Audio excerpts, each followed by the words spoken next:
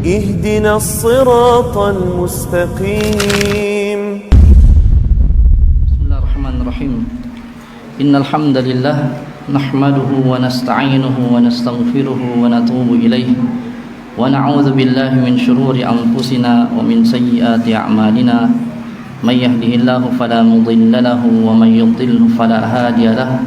أشهد أن لا إله إلا الله وحده لا شريك له وأشهد أن محمدا عبده ورسوله صلى الله عليه وعلى آله وأصحابه وعلى كل من سار على نهجه واستنى بسنته واقتفى أثره إلى يوم الدين. أما بعد فأيها الإخوة والأخوات رحمني ورحمكم الله تبارك وتعالى. السلام عليكم ورحمة الله وبركاته. Sebelum kita masuk ke dalam pembahasan kita, ana mau bertanya kepada antum sekalian, apa perbedaan antara ahlus sunnah wal jamaah dan as-salaf?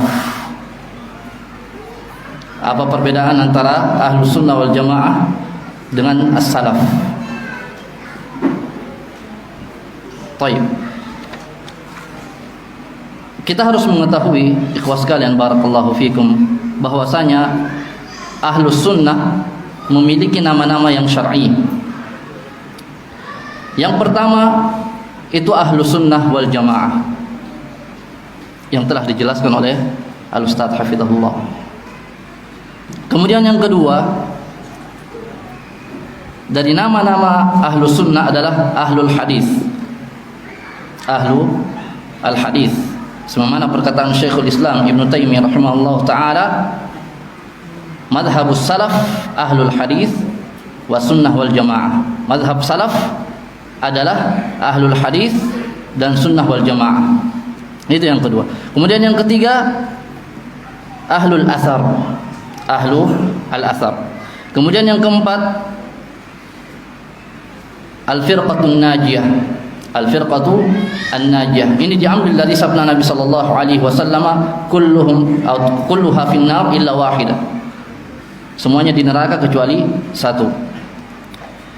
Kemudian yang kelima at-taifatul mansurah, at-taifatu al-mansurah. Kemudian yang terakhir, yang keenam adalah as-salafiyah atau as-salafiyun. Jadi tidak ada perbedaan antara as-salafiyun, as-salafiyah dengan ahlus sunnah wal jamaah. Ya, ini perlu diketahui. Kemudian salaf, apa makna salaf?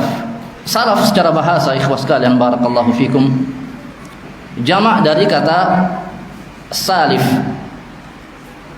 artinya jemaah terdahulu. Oleh karenanya Allah Subhanahu wa taala berfirman, faja'alnahum salafan wa mathalan lil akhirin, kata Allah Subhanahu wa taala. Maka kami jadikan mereka salafan, pendahulu, wa mathalan lil akhirin, dan contoh untuk orang-orang setelahnya. Adapun secara istilah salaf itu banyak pendapat di kalangan para ulama, namun yang terpenting ada 4. Yang pertama as-sahabatu faqat. Pendapat yang pertama mengatakan bahwasanya salaf itu hanyalah sahabat saja. Kemudian yang kedua mengatakan bahwasanya salaf itu adalah sahabat Nabi sallallahu alaihi wasallam dan tabi'in. Kemudian pendapat yang ketiga mengatakan bahwasanya salaf itu adalah sahabat Nabi sallallahu alaihi wasallam, tabi'in dan tabi'ut tabi'in. Kemudian pendapat yang keempat mengatakan bahwasanya salaf itu adalah orang-orang yang meninggal sebelum tahun 500 Hijriah. Orang-orang yang meninggal sebelum tahun 500 Hijriah. Nah, setelah kita fahami semua ini, kita masuk ke dalam beberapa kaidah di dalam manhaj salaf. Beberapa kaidah di dalam manhaj salaf. Kaidah yang pertama, ikhwas sekalian barakallahu fikum, adalah kaidah di dalam al-amru bil ma'ruf wan nahyu 'anil munkar. Kaidah di dalam menyeru kepada yang ma'ruf dan melarang kepada yang al-munkar. Apa makna al-ma'ruf dan apa makna al-munkar? Dijelaskan oleh para ulama rahimahumullah tabaraka taala tentang makna al-ma'ruf. Di antaranya dijelaskan oleh Syekh Shalih Fauzan hafizahullah dalam kitabnya Al-Amru bil Ma'ruf wan Nahyu 'anil Munkar. Beliau mengatakan al-ma'ruf jami' at-ta'at, segala ketaatan-ketaatan. Dan ketaatan yang paling afdal, ketaatan yang paling utama adalah apa? Mentauhid. Ya. Kemudian al-munkar. Apa makna munkar? Munkar adalah kullu ma nahallahu anhu wa rasuluhu. Segala yang dilarang oleh Allah Subhanahu wa taala dan rasulnya. Jadi masuk di dalamnya apa? Kemaksiatan-kemaksiatan, masuk di dalamnya perkara bid'ah. Masuk di dalamnya perkara bid'ah. Dan kemungkaran yang paling besar apa? Syirik kepada Allah Subhanahu wa taala. Syirik kepada Allah Subhanahu wa taala. Baik. Sekarang pertanyaannya, apa hukum menyeru kepada yang ma'ruf dan melarang kepada yang mungkar? Wajib atau sunnah? Wajib atau sunnah? Wajib. Baik. Wajib ain atau wajib kifayah? Wajib ain. Wajib kifayah. Baik. Yang benar wajib kifayah. Yang dimana jika seseorang telah melakukannya maka gugur kewajiban yang lainnya. Namun jika tidak ada orang yang melakukannya maka semuanya ikut berdosa. Apa dalilnya? Dalilnya adalah firman Allah Subhanahu wa taala, "Wal takum minkum ummatun yad'una ilal khairi wa ya'muruna bil ma'ruf wa yanhauna 'anil munkar." Dan hendaklah di antara kalian segolongan yad'una ilal khair, mengajak kepada kebaikan, wa ya'muruna bil ma'ruf wa yanhauna 'anil munkar, dan menyeru kepada yang ma'ruf dan melarang kepada yang munkar. Wa ulaika humul muflihun, dan mereka itu adalah orang-orang yang beruntung. Kemudian ikhwas sekalian barakallahu fikum, orang yang menyeru kepada yang ma'ruf dan melarang kepada yang munkar itu harus memiliki 4 hal. Harus memiliki 4 hal. Yang pertama, al-ilmu. Al-ilmu. Orang yang menyeru kepada yang ma'ruf dan melarang kepada kemungkaran itu harus memiliki ilmu. Dia memiliki ilmu terhadap apa yang dia perintahkan. Dia memiliki ilmu terhadap apa yang dia larang. Itu yang pertama, dia harus memiliki ilmu. Kemudian yang kedua, dia harus memiliki sikap yang lembut. Sikap yang lembut dan santun.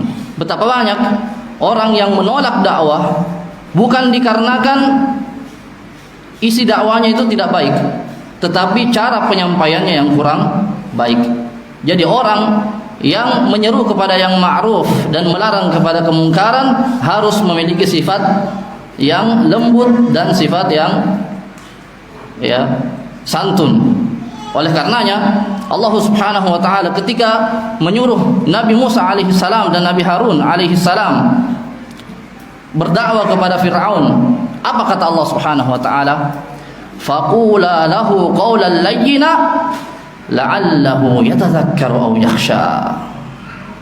Kata Allah Subhanahu wa taala, katakan kepadanya wahai Musa, wahai Harun, katakan kepada Firaun perkataan yang layyina, lembut. La'allahu yatadhakkaru aw yakhsha. Semoga dia dengan itu sadar dan atau takut. Ya. Ikhwas sekalian barakallahu fikum. Kemudian yang ketiga yang mesti dimiliki orang yang menyeru kepada yang ma'ruf dan melarang kepada kemungkaran adalah sabar. Karena orang yang melakukan hal tersebut pastilah banyak disakiti. Oleh karenanya Allah Subhanahu wa taala berfirman, "Wa'mur bil ma'ruf wa nahy 'anil munkar wasbir 'ala ma asabak." Kata Allah Subhanahu wa taala, serulah kepada yang ma'ruf dan larang dari yang mungkar, wasbir ala ma asabak, dan bersabarlah terhadap apa yang menimpamu. Inna dzalika min azmil umur. Ya. Kemudian yang terakhir yang harus dimiliki oleh orang yang menyeru kepada yang ma'ruf dan melarang kepada yang mungkar adalah niat yang baik. Niat yang baik. Niatnya adalah untuk Allah Subhanahu wa taala, dalam rangka ketaatan kepada Allah Subhanahu wa taala, bukan karena golongan, bukan karena kelompok, bukan karena organisasi, bukan untuk mengumpulkan jemaah dan sebagainya, tetapi niatnya melakukan hal tersebut karena Allah Subhanahu wa taala sebagai bentuk ketaatan kepadanya Subhanahu wa taala. Dan bab al-amru bil ma'ruf wan nahyu 'anil munkar itu luas. Masuk di dalamnya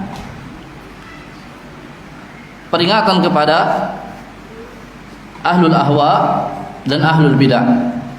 Ya, peringatan kepada pengikut hawa nafsu dan pelaku bid'ah. Timbul pertanyaan, bagaimana sikap salafus saleh kepada pelaku bid'ah dan pelaku atau pengikut hawa nafsu? Salafus saleh dari zaman dahulu itu senantiasa memberikan peringatan kepada bid'ah, senantiasa memberikan peringatan kepada pelaku bid'ah dan pengikut hawa nafsu. Apa dalilnya?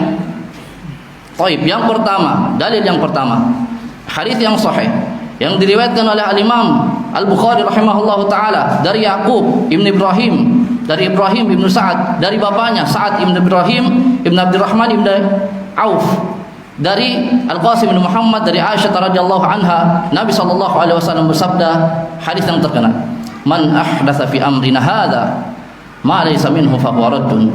Barang siapa yang membuat perkara-perkara baru yang tidak ada asalnya dari kami, maka tertolak. Dalam riwayat yang lain, man amila amalan laisa alaihi amruna fa huwa raddun. Barang siapa yang melakukan suatu amalan yang tidak ada dasarnya, tidak ada contohnya dari kami, maka amalan tersebut tertolak. Ini peringatan dari Nabi SAW terhadap apa?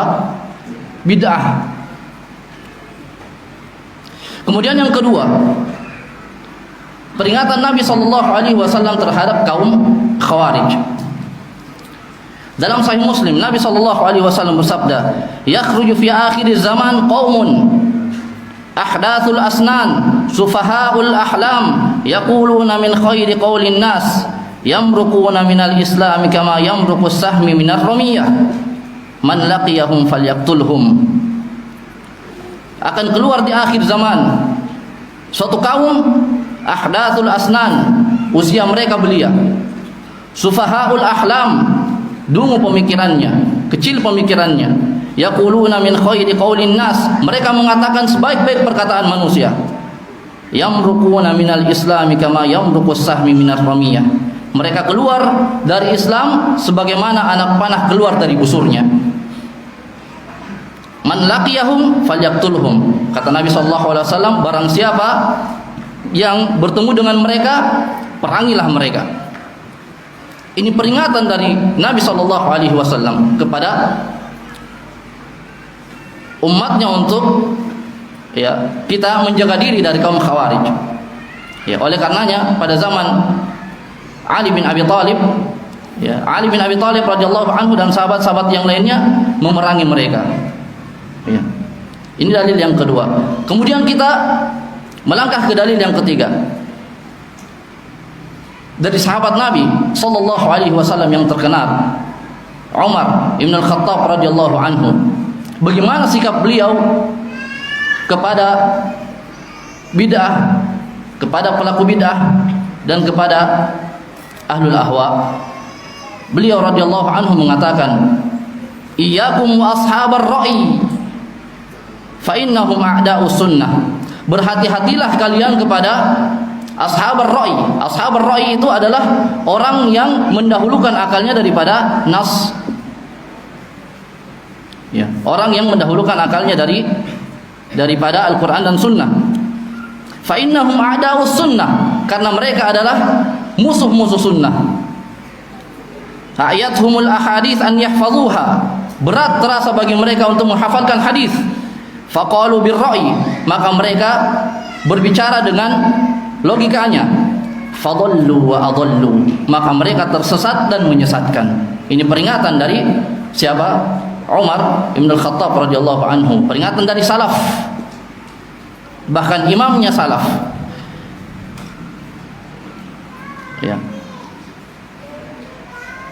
Dan juga dalil yang keempat dari Qatadah rahimahullahu tabaraka taala, beliau mengatakan, ya ahwal, innar rajula idza ibtada'a bid'atan yanbaghi laha an tuzkar hatta tuhdzar. Beliau mengatakan, wahai ahwal, sesungguhnya seseorang idza ibtada'a bid'atan, apabila melakukan perkara bid'ah, yanbaghi laha an tuzkar, maka sepantasnya bid'ah tersebut diingatkan, hatta tuhdzar, sampai diwaspadai. Ya. Dan para salafus saleh, para salaf tidak hanya membantah dan memberikan peringatan kepada bid'ah dan pelakunya, tetapi juga mereka menyuruh untuk tidak duduk bersama mereka. Tidak duduk bersama mereka. Apa dalilnya? Dari yang diriwayatkan oleh Ibnu Battah dan Al-Imam Ad-Darimi rahimahumullah tabaraka taala dari Hasan Al-Basri. Siapa Al-Hasan Al-Basri? Ada yang tahu siapa itu Al-Hasan Al-Basri? Beliau salaf. Beliau lahir pada tahun 21 Hijriah. 21 Hijriah dan meninggal pada tahun 110 Hijriah. Dekat dengan zamannya Nabi sallallahu alaihi wasallam. Apa yang beliau katakan? Beliau mengatakan, la tujalisu ahlal ahwa wa la tujadiluhum wa la tasma'u minhum. Jangan duduk-duduk bersama dengan pengikut hawa nafsu, wa la tujadiluhum, dan jangan berdebat dengan mereka, wa la tasma'u minhum, dan jangan kalian mendengarkan perkataannya. Ini kata siapa? Al-Hasan Al-Basri, salaf. Oleh karenanya, setiap orang yang merasa bahwasanya dirinya adalah yang mengikuti manhaj salaf, maka dengarkan perkataan-perkataan para salaf, dengarkan nasihat-nasihat para salaf. Jika antum membuka buku-buku para salaf, coba buka bukunya Al-Imam Al-Bukhari rahimahullah taala, misalkan kitab Khalqu Af'alil Ibad, atau Ibnu Battah, atau Al-Lalakai misalkan dalam kitab Syarh Ushul I'tiqad Ahli Sunnah wal Jamaah. Ya. Atau Muqaddimah Ibnu Majah, atau kitab As-Sunnah, ya, di dalam kitab Sunan Abi Dawud. Coba buka-buka ya buku salaf, ya. Kitab-kitabnya Syekhul Islam Ibnu Taimiyah rahimahullah, kitabnya Ibnu Al-Qayyim, kitabnya Syekh Muhammad bin Abdul Wahhab rahimahullah. Jika antum membukanya, maka antum akan dapatkan bahwasanya tidak ada satu orang pun dari salaf yang menyuruh untuk duduk-duduk bersama dengan para ahlu al-ahwa, para ahlu bid'ah. Ya. Jazakumullah khair. Ya, jadi tidak ada salah seorang salaf pun yang menyuruh kepada hal tersebut. Ya. Bahkan menyuruh kepada bergabung di dalam dakwah. Ya, tidak ada satu orang pun salaf yang melakukan hal tersebut. Baik, masih ada sebenarnya kaidah-kaidah yang lainnya, tapi kita cukupkan. Intinya, ikhwas sekalian barakallahu fikum, manhaj salaf adalah manhaj yang jelas. Manhaj salaf adalah manhaj yang jelas, at-tariqul wadih, as-sahl. Jalan yang jelas dan gampang. Kenapa? Karena jalan salaf adalah jalannya Nabi sallallahu alaihi wasallam. Nabi sallallahu alaihi wasallam menyebut dirinya sebagai apa? Salaf. Apa dalilnya? Telah disebutkan tadi. Hadis yang diriwayatkan oleh Al-Imam Al-Bukhari dan Al-Imam Muslim dari sahabiyah Ummul Mukminin Aisyah radhiyallahu anha, Nabi sallallahu alaihi wasallam berbisik-bisik kepada Fatimah radhiyallahu anha. Beliau sallallahu alaihi wasallam mengatakan, fa inna ni'mas salafi ana laki. Sesungguhnya sebaik-baik salaf untukmu wahai Fatimah adalah aku.